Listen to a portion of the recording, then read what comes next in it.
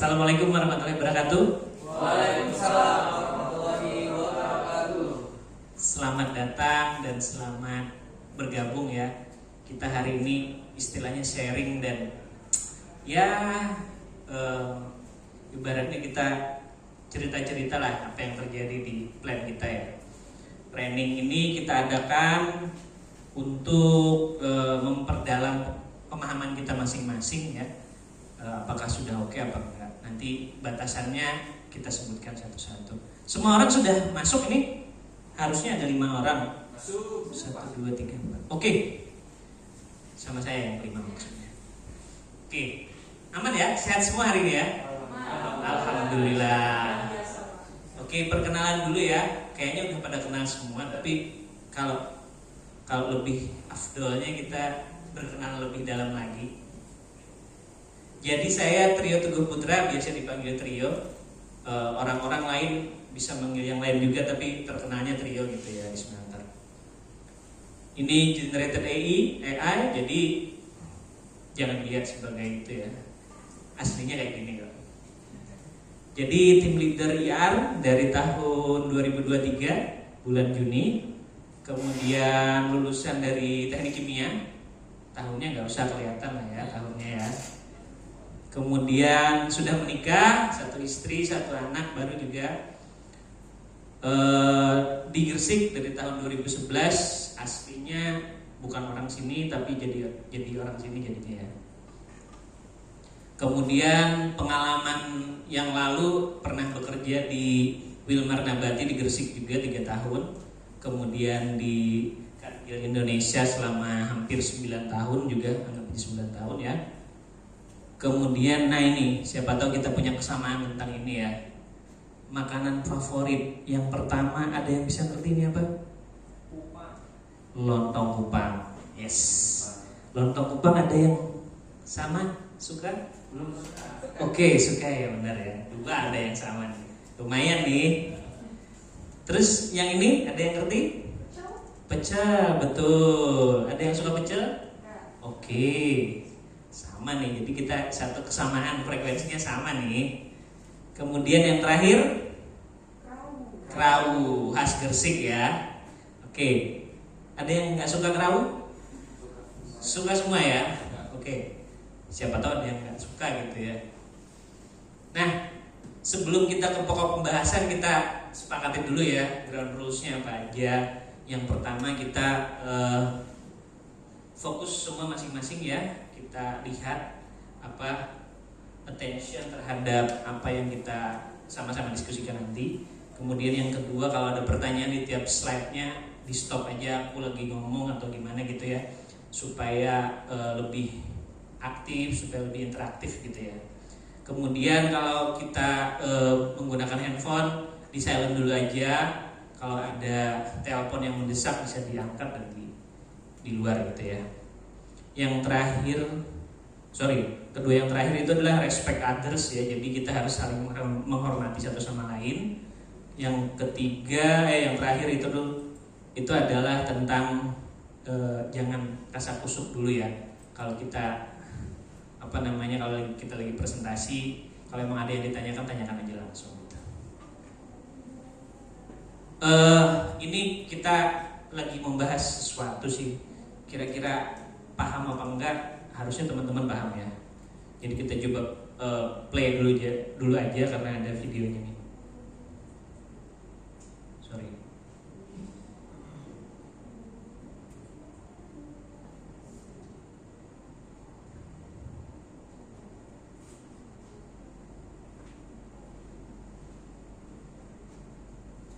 Saya play dari sini aja ya.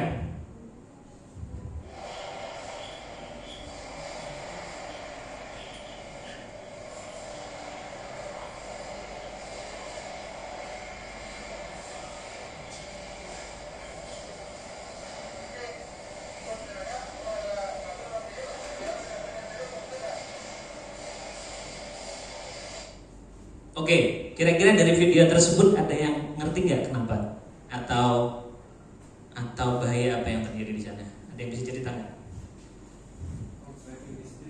Konsleting listrik boleh. Pakai mic-nya ya nanti ya supaya kita bisa interaktif banget. Ada yang lain? Percikan bahan berbahaya. Percikan bahan berbahaya, listrik tadi, api ya. Oke, apinya dari listrik ya. Yes. Oke, ada lagi? Terbakar mungkin? Terbakar bisa karena efek yang lainnya ya. Oke, betul semua teman-teman. Terima kasih untuk pengamatannya, betul semua. Jadi ini kejadian bahaya yang mungkin terjadi ketika ada suatu step yang terlangkahi gitu ya. Jadi nanti kita bahas lebih dalam kenapa itu bisa terjadi. Ini bahaya yang ada mungkin terjadi di IR gitu ya. Oke, jadi kita akan membahas hari ini tentang proses persiapan harvesting katoda dan scrap anoda di electrorefinery. Harvesting ada yang paham? Panen mungkin ya. Panen, betul. Ada yang bilang harvesting, ada yang crop ya. Jadi harvesting nanti kita bagi ada crop 1, 2, 3 gitu ya. Nah, untuk lebih formalnya adalah training ini sebenarnya diatur melalui SKKNI ya. SKKNI melalui keputusan Menteri Ketenagakerjaan nomor 319 tahun 2020. Saya ambil yang kode unitnya melaksanakan pengambilan hasil elektrolisis. Nah, itu yang kita lihat yang elemen kompetensinya adalah melakukan persiapan pengambilan hasil elektrolisis. Nah, hasil elektrolisis itu sendiri kita batasi juga di dalam katoda dan atau anoda disiapkan sesuai dengan prosedur. Oke. Nextnya tujuan pembelajaran yang dapat kita ambil, teman-teman nantinya bisa menjelaskan proses persiapan katoda dan scrap anoda saat harvesting atau panen crop 3 pada unit elektrolisis tembaga sesuai SOP yang berlaku di electrorefinery gitu ya. Kemudian untuk manfaatnya itu adalah peserta kita semua nanti dapat bekerja dengan benar dan aman sehingga membantu tercapainya sustainable safe production gitu ya. Kita productionnya oke tapi tetap safe gitu. Nah, kita lihat proses yang terjadi dalam sebenarnya apa sih electrorefinery itu ya. Nah, ini video singkatnya. Yang mau kita batasi nanti adalah persiapan untuk crop 3 ini.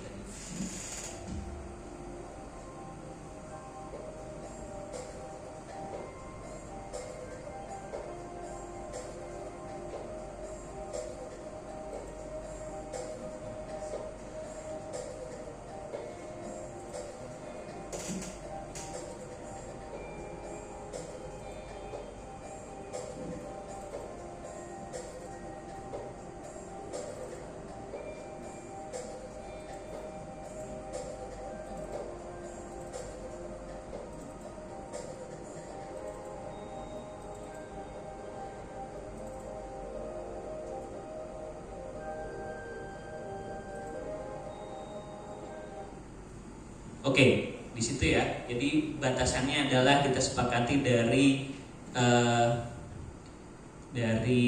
persiapan prosesnya mau diapain gitu ya. Terus alat apa aja yang kita gunakan dan alat apa yang untuk menghandle masing-masing produknya. Oke, yang pertama kita pembahasannya mengenai apa sih harvesting tadi ya. Apa sih crop 3 tadi ya. Jadi kalau kita bilangnya di sana itu panen atau harvesting gitu ya. Katoda itu tadi prosesnya pakai video tadi kan kita melihatnya adalah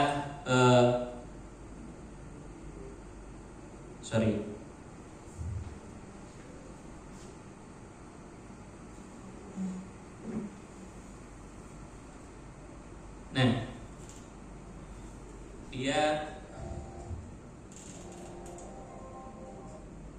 dia proses berpindahnya deposit tembaga dari anoda ke katoda gitu ya. Jadi setelah beberapa waktu dia nanti akan menempel ke katoda tembaga namanya, ke SS blank yang kita siapkan. Nanti di sana nanti ada waktunya namanya harvesting crop 1, 2, 3. Jadi crop itu menandakan periodenya. Jadi anodnya kita itu beratnya kan 400 kiloan ya, 414 sampai 416 kilo gitu ya. Nah itu kita akan bagi dalam 3 tahap panen gitu ya. Tahap pertama, tahap kedua itu kita cuma ambil katodanya. Tahap ketiga atau crop ketiga itu kita ambil anoda yang udah tipis banget tuh, jadi anoda scrap. Kemudian katodanya juga kita ambil bersamaan. Jadi ini kita ambil bareng-bareng gitu ya. Jadi tandanya harvesting crop 3 itu apa aja sih? Yang pertama di DCS kita udah ada kelihatan tuh, targetnya adalah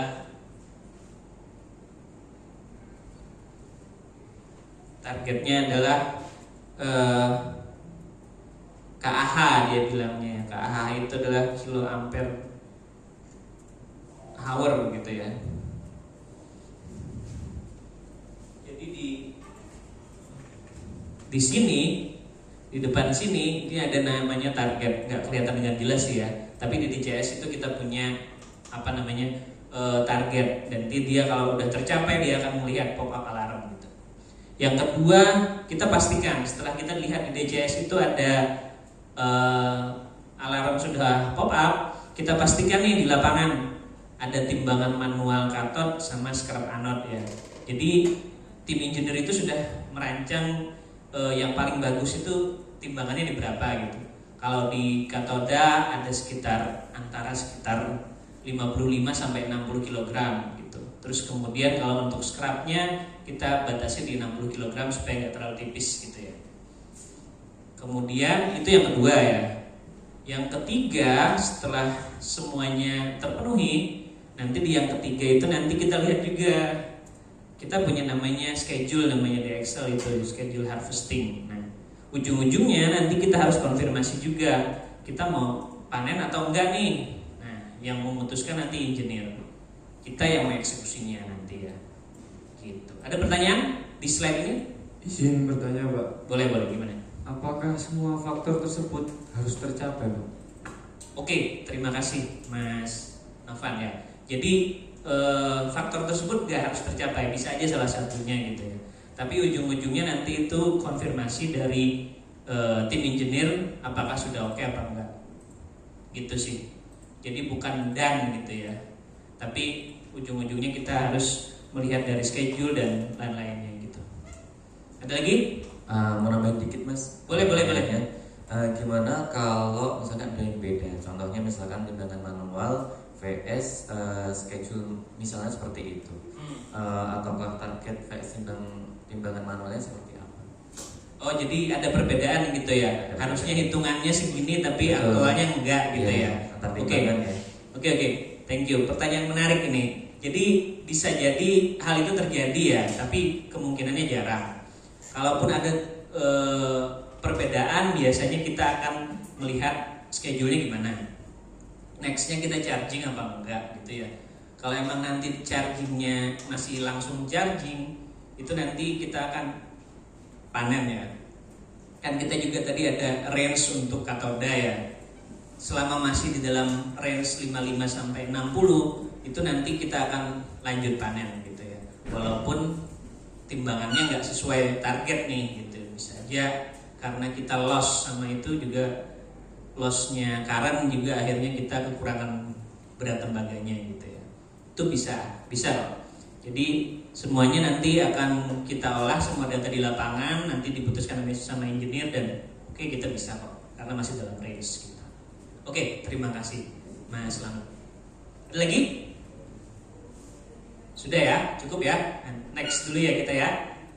Kalau ada lagi nggak apa-apa, ditanyakan aja. Nah, kita sudah bahas tadi ada 2 produk utama ya yang kita hasilkan selama elektrolisis yang di crop 3 tadi. Yang pertama adalah katoda tembaga dengan grade E, LME grade E istilahnya. Kemudian bentuknya seperti itu, mulus dan tidak punya nodul, tidak punya jerawat gitu ya. Jadi ketika ditumpuk dapat kita lihat ya, tertempel sempurna. Jadi kalau ada jerawat, ada pengotor gitu, dia pasti kayak renggang gitu. Nah, Yang kedua adalah scrap anode. Scrap anode itu nanti akan kembalikan ke anode furnace, bentukannya seperti itu. Setelah keluar dari mesin pencucinya nanti akan lebih oke. Awalnya kita kan vertikal tuh. Nah, setelah mesin itu nanti setelah dicuci, setelah habis dicuci diturunin, bentukannya akan menjadi horizontal. Gitu. Jadi buat handlingnya lebih aman aja gitu ya, forklift gitu ya, karena di bawah sama forklift gitu. Untuk yang ini ada pertanyaan? Ada? Cukup jelas ya? Oke. Untuk yang selanjutnya, nah pakai apa nih kira-kira? Kita menggunakan alat apa untuk mentransfer ke mesin ya? Nah, untuk katoda tadi kan yang pertama kita bawa pakai overhead crane cabin. Nah, ini kan pernah ke itu ya teman-teman ya, ada yang mengerti crane tapi ada yang crane mobile ya. Nah, kita yang di sini kan kita pakai adalah overhead crane yang kabin yang di atas ya. Jadi anode scrap nanti akan kita bawa ke namanya mesin anode scrap washing machine, istilahnya gitu.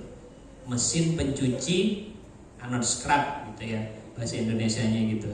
Jadi dia nanti seperti yang tadi di video juga dijelaskan bahwa setelah dari sel dia akan naik, dibawa oleh crane dan dibawa ke ASWM. Nextnya di katoda itu nanti kita bawa ke CWSM namanya. CWSM itu cathode washing and stripping machine. Jadi dia membawa cathode untuk dicuci dan kemudian di stripping. Ada pertanyaan untuk yang ini? Boleh, Mbak Windy gimana? Izin bertanya Bapak, pada proses transfer katoda dan scrap anoda ini, apakah pada proses pengambilannya itu satu-satu atau secara bersamaan gitu, harus semuanya seperti itu? Oke, pertanyaan yang menarik. Itu kita bersamaan ya, karena kalau crop 3 ini kan nanti mementingkan time efficiency gitu ya. Time efficiency itu kita seberapa cepat waktu kita untuk next charging gitu. Karena salah satu yang kita nilai untuk KPI-nya di electrorefinery kan itu adalah time efficiency, ketepatan waktu gitu ya. Jadi kita sebisa mungkin secepat mungkin gitu ya. Kalau satu-satu nanti pasti lebih lama dibanding barengan kan. Caranya adalah kita ambil anode scrap dan cathode tadi bersamaan. Tapi yang pertama kita taruh adalah anode scrapnya. Kemudian baru kita bawa ke mesin CWSM untuk katodnya gitu sih. Menjawab? Menjawab Bapak. Terima kasih banyak. Terima kasih. Ada lagi? Gak ada ya, cukup ya. Oke, yang terakhir di sini adalah bahaya potensial saat harvesting. Yang pertama adalah seperti yang terlihat di video tadi. Kenapa itu bisa terjadi? Nah, itu namanya arc flash, teman-teman ya. Arc flash itu terjadi mungkin ketika selnya udah kosong ya, sel yang bak itu udah kosong, elektronnya udah di drain, kita ngambil tapi tetap energize gitu. Akhirnya terjadi resistansi yang tinggi menyebabkan lompatan busur listrik, namanya arc flash gitu. Kayak tadi ya. Kalau di tempat kita itu nggak mungkin terjadi karena sudah dimasukkan ke dalam SOP dan auto interlock crane-nya juga nggak memungkinkan untuk kita mengambil produk sebelum energize-nya dimatikan gitu ya, sebelum energi listriknya dimatikan gitu. Oke. Yang kedua, lifting operation. Sama yang tadi ya, karena kita berurusan dengan crane membawa beban berat, pasti kita akan mungkin bersinggungan dengan beban itu sendiri. Jadi teman-teman di lapangan biasanya tidak boleh berada di bawah beban menggantung. Itu kita atur juga kan di zero tolerance ya. Kemudian jangan mendekati mesin yang sedang berjalan karena kita yang bisa melihat ya bahaya. Kalau mesin kan kita proses tuh, dia akan ikuti auto gitu ya. Jadi kita yang punya kita punya aware ya terhadap bahaya gitu. Kemudian yang terakhir, terpapar bahan kimia. Nah, bisa aja saat handling manual gitu ya, pada saat panen gitu ya, bisa aja ada terciprat dari elektrolit karena itu kan asam sulfat yang diencerkan gitu sekitar 20% atau 12% gitu. Oke. Kemudian ada pertanyaan di sini? Sudah ya? Sudah cukup ya? Yakin nggak ada pertanyaan? Boleh Pak, silakan. Izin bertanya Mas Trio terkait bahaya tadi yang air flash, apa pernah terjadi di area tempat kerja Bapak? Kalau di kita belum pernah kejadian, alhamdulillah ya. Semoga tidak pernah kejadian. Dan mungkin ada beberapa di sister company kita juga yang pernah melakukan itu gitu ya. Di smelting pernah terjadi hal ini juga. Tapi semoga kita dengan SOP maupun auto interlock maupun segala pengaman yang ada kita sudah comply ya. Jadi tidak terjadi hal yang sama gitu di kemudian hari. Ada lagi? Tidak ada? Wah, terima kasih teman-teman ya. Untuk kesimpulan kita ulang dari awal lagi ya, satu persatu apa aja gitu ya. Yang pertama tanda elektrolisis sudah selesai ya. Apa aja tadi?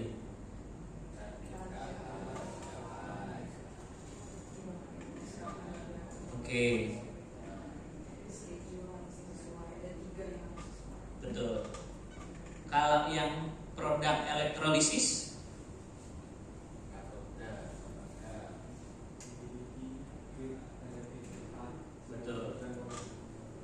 betul. Ada tertulis di sini ya. Harusnya kita oke aja semuanya. Transfer energy scrap tadi menggunakan overhead crane cabin. Kemudian bahaya potensialnya apa aja tadi? Betul sekali.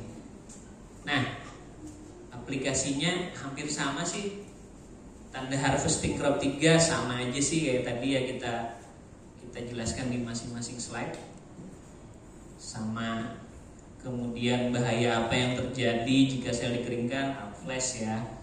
Kemudian mesin yang akan handle energy scrap itu ASWM, terus katoda itu CWSM gitu ya.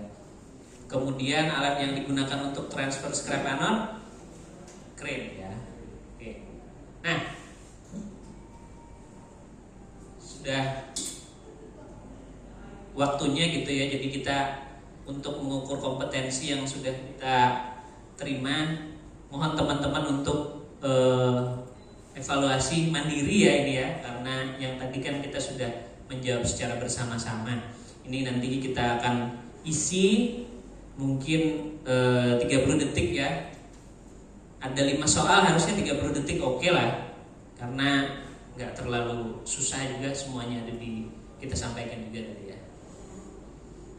Kemudian 30 detik saya tunggu sampai 10 detik lagi.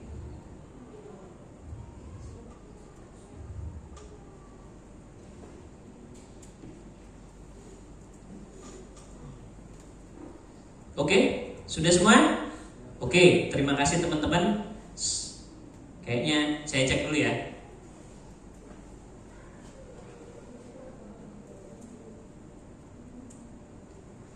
Oke, sudah masuk semua teman-teman. Bagus semua hasilnya, lulus semua. Berarti sudah paham dan training ini ya. Oke. Nah, selain itu, karena kita tadi kan membahas apa yang sudah kita lihat ya, teman-teman nanti saya minta bantuannya untuk contoh bahaya lain yang mungkin terjadi pada saat harvesting ya. Apa aja sih? Contohnya nanti dikirimkan via email aja, soft copy aja ke saya gitu ya. Paling lambat di tanggal besok ya, tanggal 7 Mei ya. Oke, lewat email saya aja tiputra4@fmi.com gitu. Oke, next, sebelum kita menutup, mungkin feedback mengenai apa yang kurang dari saya, apa yang kurang dari materi yang mungkin perlu diimprove, silahkan di scan lagi dan ditulis aja semuanya. Jujur aja, nggak masalah, untuk nextnya saya lebih baik lagi gitu. Isi mungkin 15 detik sampai 20 detik lah ya.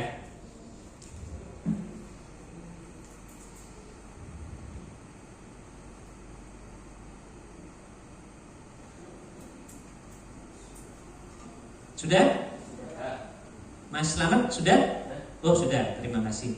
Nah, sebagai penutup, terima kasih teman-teman atas kehadirannya. Saya membacakan satu pesan dari Jalaluddin Rumi. Dengan cinta yang pahit menjadi manis, tembaga menjadi emas, sampah menjadi jernih, yang mati menjadi hidup, raja menjadi budak, cinta dapat tumbuh. Nah, pernahkah kebodohan menempatkan seseorang di atas tahta seperti itu? Gak ada kan ya. Jadi menutup dengan kata-kata itu, saya berharap training kita ini bisa bermanfaat, berguna bagi kita semua, dan kita jalankan agar aman di lapangan gitu ya. Terima kasih. Assalamualaikum warahmatullahi wabarakatuh.